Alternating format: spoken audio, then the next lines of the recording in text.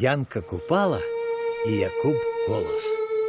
Дзве асобы, якія нарадзіліся ў адзін час. Прайшлі побач усё творчае жыццё. Адны лічаць іх двума палавінкамі аднаго творчага месяца. Іншыя адной душой, што жыве ў двух целах, а трэцяе лёдам і полымем беларускай літаратуры. Колас так казаў пра сваё сяброўства з Купалам. Вось растуць два яблыкі на адной галінцы і не зрастаюцца. Так і мы з Янкам. Кожны з нас асоба, кожны асобны творчы лёс.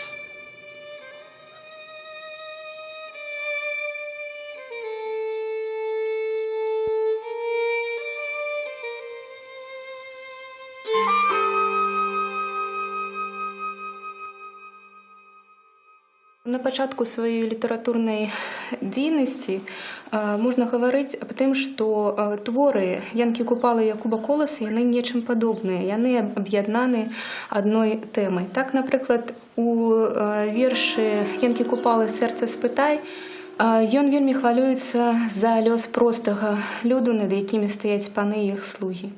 А Якуб Колас у вершы «Уночы» вельмі перажывае за лёс простай жанчыны, якая ўсю ноч сядзіць каля калыскі хворага дзіцяці і жадае яму лепшага лёсу. Такім чынам мы бачым, што абодва паэты ўжо ў пачатку сваёй літаратурнай дзейнасці перажываюць пра просты беларускі народ, пра простага беларускага чалавека і ўвогуле пра Беларусь. Калі взяць адзін з гэтых нумароў за 23 снежня 1910 года і пагартаць старонкі гэтага нумара, тут можна сустрэць і твор Янкі Купалы, верш «Сэрца спытай», і твор Якуба Коласа, верш «Уночы». У іх творчасці была агульная тэма любові да сваёй бацькаўшчыны. І пагэтаму Янка Купала і Якуб Колас марылі аб сустрэчы. І вось такая першая асабістая сустрэча адбылася напрыканцы ліпеня 1912 года. Янка Купала у сваім лісце да Браніслава Пімах-Шапілы 26 ліпеня 1912 года пісаў: «У суботу збіраюся ў Стоўбцы да Коласа». Колас вельмі ўзрадаваўся. Ён не чакаў, што Купала так хутка да яго прыедзе. Ужо быў позні жнівеньскі вечар, і Якуб Колас здолеў недзе раздабыць кварту гарэлкі, борздзенька накіраваўся ў хату. Калі ён увайшоў у хату, там гарэла лямпа, і каля стала на лаве сядзеў вельмі прыгожы малады чалавек. Гэты чалавек быў вельмі жыццярадасны, ён быў вельмі добра апрануты. І Коласа здзівілі яго жартаўлівыя карычнева-жоўтыя вочы. Яны яму вельмі спадабаліся. Янка Купала ў гэты час уже быў вядомым паэтам. Мы ведаем, што першае выступленне ў друку у яго адбылося 15 мая 1905 года з вершам «Мужик». А ў 1908 годзе выйшаў першы зборнік Янкі Купалы «Жалейка». Праз 2 гады быў выдадзены зборнік «Гусляр», які таксама быў вельмі прыязна прынят чытачамі. К гэтаму часу Янка Купала з'яўляецца аўтарам непараўнальнага кургана. Літаральна да сустрэчы з Якубам Коласам за 2 месяцы ён закончыў п'есу «Паўлінка». К 1912 году у Коласа выйшла ўжо некалькі асобных кніг. Зборнік «Апавяданне», які выйшаў у 1912 годзе. Дарэчы, першыя 2 кнігі яны вельмі цікавыя. Цікавыя таму, што выйшлі яны ў той час, калі Колас адбываў пакаранне ў мінскім астрожным замку. Новая сустрэча нашых герояў адбылася ў пачатку 20-х гадоў у Мінску. Да таго часу скончылася Першая сусветная вайна, адбылася кастрычніцкая рэвалюцыя. Абодва паэты адслужылі ў войску, паспелі ажаніцца. У Коласа ў 20-х гадах былі апублікаваныя паэмы «Новая зямля», «Сымон Музыка», аповесці ў палескай глушы, у глыбіні палесся, на прасторах жыцця. Купала за гэты час скончыў паэмы «Бандароўна», «Магіла льва», «Яна і я», п'есы «Тутэйшае раскіданае гняздо», напісаў больш за 80 вершаў.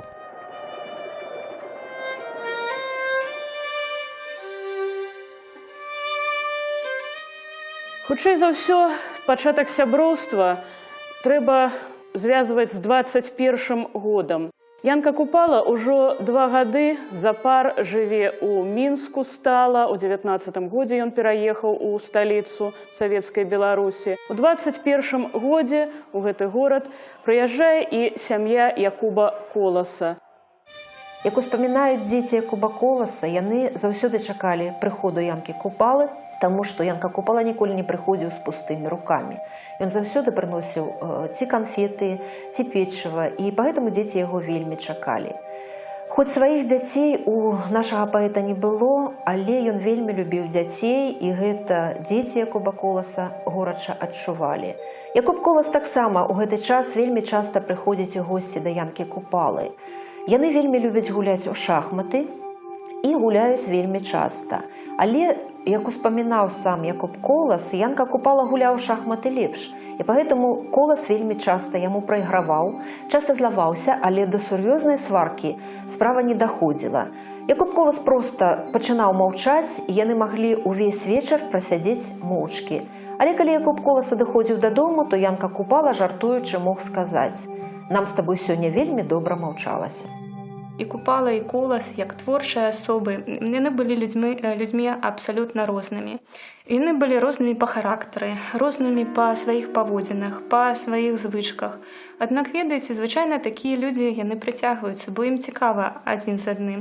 І, мабыць, таму вось іх сяброўства цягнулася так доўга, і гэта было сапраўднае шчырае сяброўства. Калі апісваць Янку Купалу як чалавека, то трэба сказаць, што чалавек ён быў вельмі цікавы. Ён любіў з густам апранацца, заўсёды выглядаў вельмі элегантна. Ён любіў модныя рэчы, ён добра разбіраўся у далікатэсных стравах. Вось і Колас у сваіх успамінах апісваў Янку Купалу. Ён піша аб тым, што Купала ніколі не пускаўся ў расчыненыя размовы. Ён быў чалавекам, які не любіў шмат і многа размаўляць. Ён звычайна абмяжоўваўся трапнымі, аднак слушнымі заўвагамі. Аднак Колас зазначаў, што ў тоне яго гаворцы заўсёды можна было угледзець ноткі гумару ці жарту. Колас піша аб тым, што Купала ўвогуле не любіў дзяліцца сваімі перажываннямі, не любіў дзяліцца сваімі творчымі планамі. Ён быў чалавекам вельмі эмацыянальным і ўсё насіў у сабе. І таму вось гэтыя яго ўнутраныя пачуцці, перажыванні, яны выліваліся толькі ў яго творчасці.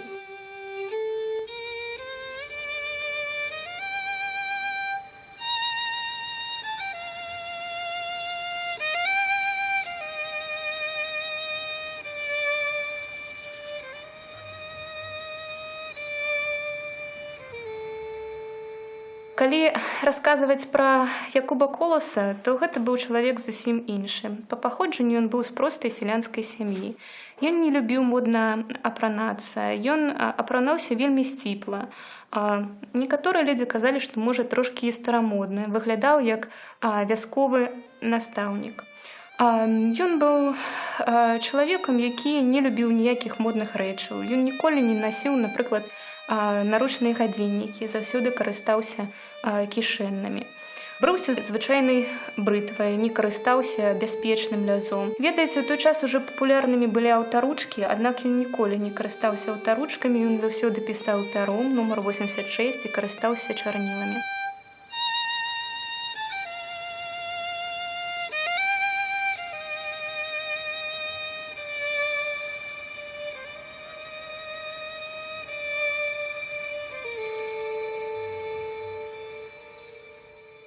Аднойчы Янка Купала падараваў яму свой том вершаў. І, канешне, Колас пачаў чытаць, і яму вельмі спадабалася паэма Якуба Коласа «Курган». Яна засціліла яму ўсю працу, ён не мог працаваць, ён все чытаў яе, перачытваў, паўтараў радкі. І вось неяк вытрымаў да вечара і думае, дай я зайду да Купалы, скажу, які гэта цудоўны добры твор. Толькі ён сабраўся выходзіць з хаты, як да яго заходзіць Купала. Ён, канешне, вельмі здзівіўся. А Купала кажа Коласу, ты ведаеш, Каласочку, кіёчак. Вось взял я пачытаць твайго Сымона музыку, хацеў там знайсці мае любімыя радкі у адным з раздзелаў. І ведаеш, прачытаў усю кнігу цалкам. І вось прыйшоў табе сказаць, які гэта цудоўны твор. А Колас паказаў яму на кіёчак і сказаў: ведаеш, Янка, з такім же самымі думкамі я ішоў да цябе расказаць, які ў цябе добры твор. І мне здаецца, не ў характары Коласа, каб ён зайздросціў Купалі. Вот гэта не характар Коласа, ён любіў крышку быць у цяні. Ён не любіў гэта. Вот Якуб Колас напісаў: Напэўна, частка Купалы ўзмацняла і маю, але не спрышымы, як малюе крытыка. Спеюць жа два яблыкі на адной галінцы. Растуць сутыч і не зрастаюцца. Злажыўшы разам напісанае адным і другім, паўнейшы вобраз роднага края ўяўляецца. Каб Бог мог, да злучыў нас у цэласнасць, пэўна, громкі голас атрымаўся бы. І ніхто праз паборніцтва языком не малоў бы.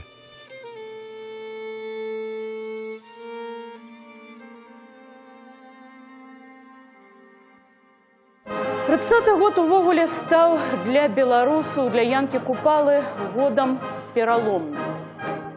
У нетрах беларускага ГПУ выспела, як кажуць, светлая ідэя – сфарміраваць вялікі публічны палітычны працэс. Паколькі на самой справе ніякіх контррэвалюцыйных вялікіх арганізацый на той час на Беларусі не было, як кажуць, бальшавікі не спыняліся перад цяжкасцямі, яны вырашылі гэты саюз проста выдумаць. Па гэтай справе было арыштавана больш за 100 самых выдатных дзеячоў нашай літаратуры, мастацтва, культуры, навукі, палітычных дзеячоў. Прызначылі і кіраўнікоў. Адным з іх павінен быў стаць менавіта Янка Купала. Першыя непрыемнасці, так бы сказаць, пачаліся для паэта яшчэ ў сакавіку таго ж года. Як згадвалі яго блізкія, менавіта ў гэты час малодшыя сёстры Леакадія і Марыя разам з сем'ямі былі раскулачаны. Дарэчы, менавіта сябар Якуб Колас, па сцверджанню знаёмых абодвух паэтаў, быў тым чалавекам, які дапамог Купалу ў гэтую цяжкую хвіліну, які наведаў старшыню СНК, і ўжо на другі дзень распараджэнне аб высылцы родных Купалы за межы Беларусі было адменена. В той час Колас вельмі хвалюецца за сваю сям'ю, і гэта было недарэмна. У сваіх успамінах ён нават піша аб тым, што некалькі гадоў спаў не распранаючыся. Чаму? Бо аднойчы да яго дома пад'ехаў чорны варанок, і Колас ужо падумаў, што гэта прыйшлі за ім. Аднак арыштавалі дзядзьку Сашу. Дзядзька Саша – гэта Александр Дмитриевич Каменскі, гэта родны брат жонкі Якуба Коласа Марыі Дмітравны, які на працягу многіх гадоў жыў у сям'і Якуба Коласа, як дзядзька Антось у сям'і Якуба Коласа. Гэта быў чалавек вельмі таленавіты, вельмі адукаваны, які вельмі любіў дзяцей Якуба Коласа. З ім было вельмі прыемна заўсёды пагаварыць. Вядома, што арыштавалі дзядзьку Сашу дзеля таго, каб выпіць з яго паказанні на Коласа. Аднак такіх паказанняў ён не даў, і яго асудзілі. На жаль, у хуткім часе сам Колас і сам Купала становяцца непасрэдна аб'ектамі рэпрэсіўнай палітыкі. У адрозненні ад сяброў, знаёмых іх не арыштоўваюць, але пачынаюць даволі рэгулярна выклікаць на допыты. Апошняй кропляй у гэтым стане для Янкі Купалы 15 лістапада 1930 года. Яшчэ раз перад смерцю заяўляю, што я ні ў якай контррэвалюцыйнай арганізацыі не быў і не збіраўся быць. Ніколі не быў контррэвалюцыянерам і да контррэвалюцыі не імкнуўся. Быў толькі паэтам, які думаў аб шчасці Беларусі. Уміраю, прымаючы тое, што лепей смерць фізічная, чымся незаслужаная смерць палітычная. Відаць, такая доля паэтаў. Павесіўся Ясенін, застрэліўся Маяковскі, ну і мне туды за імі дарога.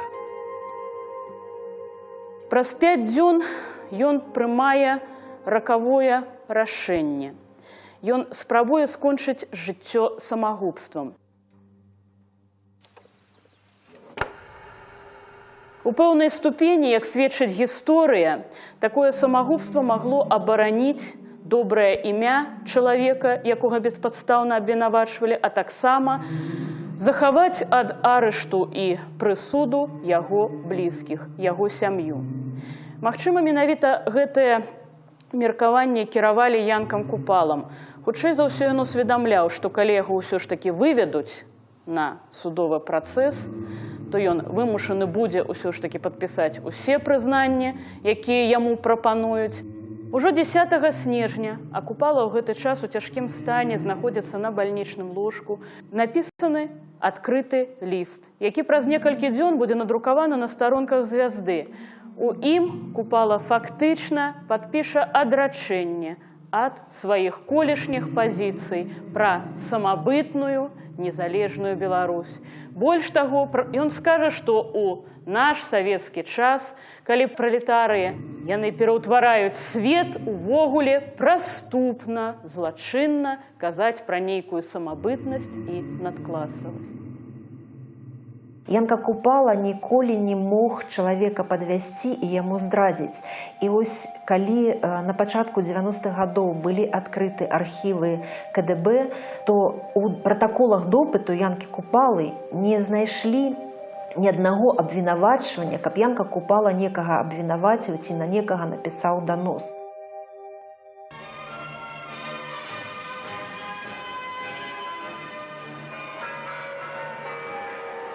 І, канешне, такое становішча не магло не паўплываць на адносіны паэтаў. Яны абодва абмежаваны ў сваіх творчых магчымасцях. Яны не маюць права выказацца адкрыта. Найперш таму, што акрамя ўласнага жыцця за імі стаяць іх сем'і. У Коласа 3 сыноў, у Янкі Купалы яго малодшыя сёстры, мнагадзетныя сем'і, пляменнікі мал-маламеней. Усе яны нібыта заложнікі гэтай улады. Якуб Колас у сваім пакаянным лісце ён адмаўляецца ад сваіх шэдэўраў «Новай зямлі» і «Сымона Музыкі». Это такі націск, такі нажым ішоў на Купалу і на Коласа, нягледзячы на тое, што іх не арыштавалі, хоць, як пісалася ў дакладной Панамарэнкі, што даўно час прыйшоў іх арыштаваць, іх не арыштоўваюць, як бы не кранаюць, і ў той жа час яны жывуць пад прэсам.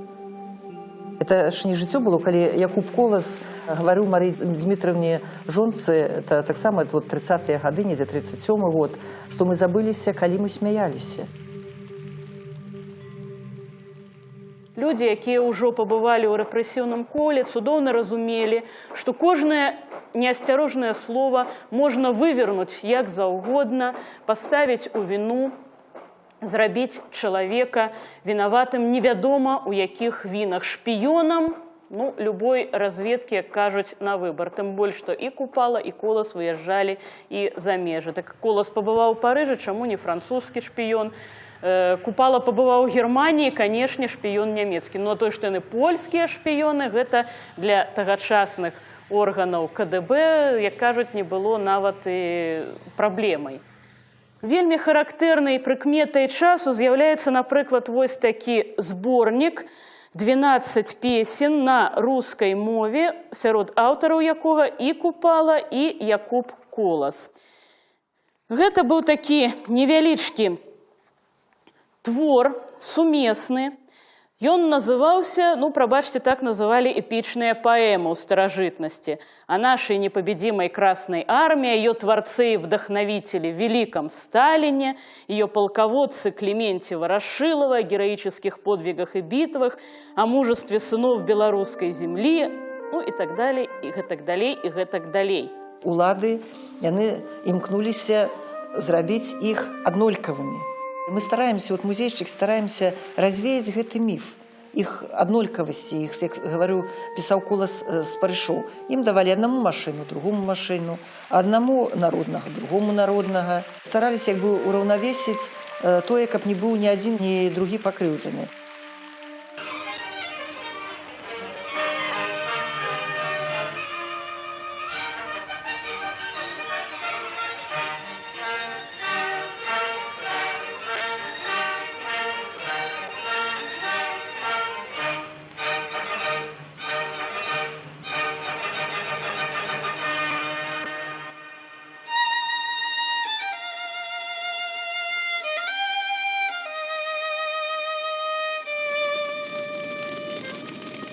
Падчас Вялікай Айчыннай вайны і Купала, і Колас вымушаны былі пакінуць Беларусь. Іх першая сустрэча ў гэты перыяд адбылася ў Ляўках, на дачы Купалы. 26 чэрвеня Колас з сям'ёй з вялікімі перашкодамі дабіраецца да Оршы. Купала адпраўляе сваю машыну, каб забраць Коласа ў Ляўкі. Ноч з 26 на 27 сям'я Коласа правяла ў Сяброў, а раніцай яны выехалі ў Калінін, сёння Цвер, адтуль у Маскву, а потым у Клязьму, да сваякоў жонкі Коласа. Праз 2 дні Ляўкі пакідае і Янка Купала з жонкай. Яны накіроўваюцца ў Маскву, потым пераязджаюць у Клязьму да Коласа, дзе жывуць некаторы час. Неўзабаве Колас з сям'ёй накіроўваецца ў Ташкент, і сувязь паміж ім і Купалам фактычна перарываецца. Коласа непакоіць гэтая адсутнасць вестак ад сябра. Ён шукае з ім узнаўлення сувязі, да таго ж. Пятрусь Броўка, які піша Коласу, згадвае, што нібыта Янка Купала атрымаў ліст ад Юркі, сярэдняга сына Коласа, і нават абавязаўся пераслаць яго Коласу на адрас у Ташкенце. Канешне, занепакоены Колас, які нічога не ведае пра лёс свайго сярэдняга сына, чакае з нецярпеннем гэты ліст, чакае, ліста няма. Ні ліста ад Юркі, ні нейкага ліста ад Янкі Купалы. Ці ведаеш ты, што такое для бацькі і маці сын, асабліва ў такія часы? Не, Янка, ты гэтага не ведаеш. Ці ў цябе няма нармальнага чалавечага сэрца? Або ты паэт. Паэт жа, калі ён сапраўдны паэт, ёсць рэха чалавечых пачуццяў, а не чарапаха, схаваная ў свой тоўсты панцыр, якая зрэдку высоўвае галаву, каб паглядзець, ці няма чым пажывіцца. Колькі ў гэты час Якуб Колас шукае свайго сына Юрку, прыкладна столькі ж ён шукае сувязі, весткі пра Янку Купалу. Гэтыя імёны вось ідуць побач з ліста ў ліст. І гэта сведчыць, што паміж імі сапраўды былі вельмі цесныя ўзаемаадносіны. А сапраўднае пацверджанне гэтага сяброўства стала і тое, як успрыняў Колас вестку аб смерці паэта. Дарэчы, так супала, што менавіта 28 чэрвеня 42 года, днём смерці Янкі Купалы, датаваны адзін з лістоў Якуба Коласа, у якім ён паведамляе пра свой намер накіравацца ў Маскву, дзе, як ён піша, можна будзе убачыць Янку Купалу. Калі да яго даходзіць вестка пра смерць, то ў лісце ён кажа: «Вестка аб яго смерці вострым ножом прайшла па маім сэрцы. Я пісаў аб гэтым журботным здарэнні і не бачыў ні літараў, ні паперы за слязамі. Мне і зараз цяжка, вельмі цяжка». І калі ён прыехаў пасля вайны ў Мінск, ён пайшоў паглядзець на сядзібу сваю, дзе ўсё было спалена, і на сядзібу Янкі Купалы. Там было ўсё спалена, акрамя таполі. Каля Купалавай пасады упёрся тополь у вароты. І думаў Янка, як даць рады, каб не было яму згрызотаў. Пад тапалёваю паветкай ляжалі градкі, ззялі ружы, расціў на клумбах Янка кветкі, песнярна ж дбалы і дасужны. А тополь грузны і гузасты, і жыць яму, як бачна, мала. Яму даўно ўжо гадоў заста, так разважаў з сабой Купала. І страх чамусьці браў паэта, што вецер дрэва ў сад паваліць, і будзе кветкам песня спета у шуме громе смертнай хвалі. Іх лёсы склаліся па-рознаму. І розніца паміж імі не ў колькасці пражытых гадоў, а ў творчым метадзе і грамадзянскім выбары. Янка Купала і Якуб Колас распавядаюць пра вечныя загадкі быцця, пра жыццё і смерць, пра каханне і ненавісць, пра расчараванне і надзеі чалавека. А такія тэмы не старэюць. Колас і Купала сваімі творамі паднялі беларускую літаратуру на сусветны ўзровень, паказаўшы незвычайную сілу беларускага слова.